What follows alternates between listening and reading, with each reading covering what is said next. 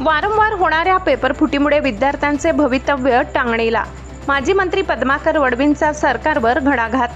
काँग्रेसतर्फे राज्यभर तीव्र आंदोलनाचा इशारा. महागाई आणि परीक्षांमधील भ्रष्टाचारावरून सरकारला घेरले. केंद्र आणि राज्य सरकारच्या ढिसाळ नियोजनामुळे आणि भ्रष्ट धोरणांमुळे राज्यातील परीक्षा पद्धतीचा बोजवारा उडालाय. टीईटी, नीट, एमपीएससी आणि तलाठी भरती परीक्षांचे पेपर सातत्याने फुटत असून त्यामुळे प्रामाणिकपणे अभ्यास करणाऱ्या लाखो विद्यार्थ्यांचे भवितव्य अंधारात सापडले आहे, असा घणाघाती आरोप काँग्रेसचे नेते व माजी मंत्री पद्माकर वडवी यांनी केलाय. नंदुरबार येथील शासकीय विश्रामगृहात आयोजित पत्रकार परिषदेत ते बोलत होते. यावेळी काँग्रेस पक्षाचे जिल्हा अध्यक्ष दीपक पटेल, विक्रम पाडवी, काँग्रेस प्रदेश कार्याध्यक्ष ॲडव्होकेट रोशन गावित, ज्येष्ठ नेते पंडितराव पवार, राजेंद्र पाटील, महेंद्रबापू कलाल, विजय राजपूत, ब्लॉक जिल्हा कार्याध्यक्ष दत्तू पवार, मोहम्मद रजा आदीसह अनेक पदाधिकारी उपस्थित होते.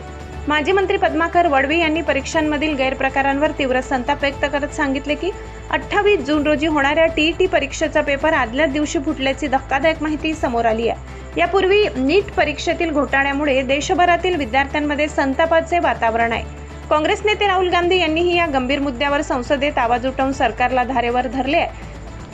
परंतु सरकारला विद्यार्थ्यांच्या भवितव्याशी काहीही काळजी नसल्याचे दिसत आहे. या परीक्षा पद्धतीतील गैरव्यवहार आणि भ्रष्टाचार विरोधात युवक काँग्रेस आणि NSUIने आंदोलन सुरू केले असून आगामी काळात काँग्रेस पक्षाच्या वतीने जिल्हा स्तरावर आणि संपूर्ण राज्यभरात तीव्र आंदोलन छेडण्यात येईल असा इशारा त्यांनी दिलाय.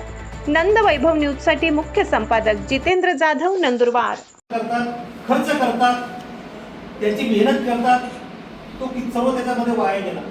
यापूर्वी सुद्धा मुलांनी त्या ठिकाणी परीक्षेची तयारी केली, ते सुद्धा त्या ठिकाणी आर्थिक नुकसान झालं, कुटुंबाचं नुकसान झालं. तर अशा प्रकारचं नीटचा आहे विषय आहे. विशेषतः आहे नीट परीक्षा ज्याच्या मार्फत घेतली जाते त्या NTA, नॅशनल टेस्टिंग एजन्सी, ही केंद्र सरकारची. जर केंद्र सरकार, भाजप सरकार म्हणतंय की आम्ही सक्षम सरकार आहोत, आम्ही भ्रष्टाचारी नाही, आमच्या इथं सर्व पारदर्शकता आहे, पण पेपर फुटला तर कारवाईमध्ये पारदर्शकता का नाही? पेपर का फुटतोय? आणि विशेषतः हे तर पहिल्यांदा होतंय की देशाची मिलिटरी आणि एअरफोर्सला नीटचे पेपर पोचवा लागले पुनर्परीक्षेचे. हे तर अतिशय कमालीची गोष्ट आहे.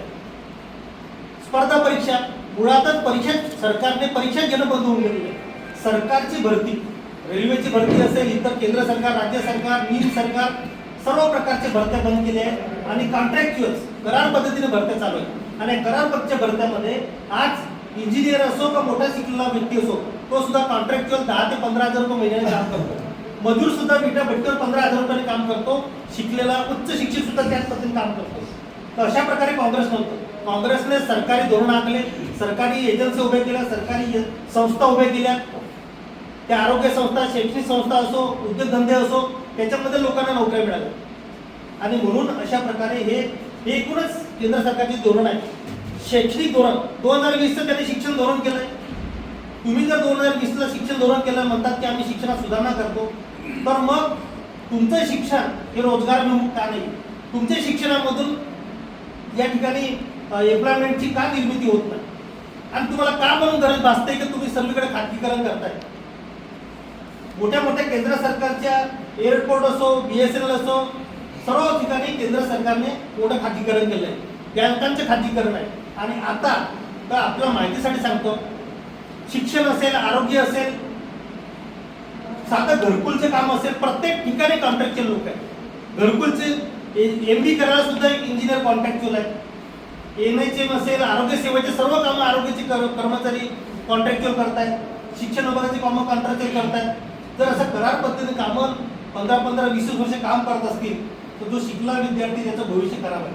आणि म्हणून राहुल गांधीजींचं असं म्हणणं आहे आणि काँग्रेसचं एकूणच म्हणणं असं आहे की आजची शैक्षणिक जी अवस्था आहे, आजच्या शिक्षणाचं जे काही पेपरफुटी असेल, MPSC मधला घोटाळा असेल, मागे तलाठीचा घोटाळा झाला, कालच या ठिकाणी शिक्षकची जी TET परीक्षा आहे, शिक्षकांना TET, मुळात शिक्षकांना TETची गरज नाहीये तरी सुद्धा घेत आहेत.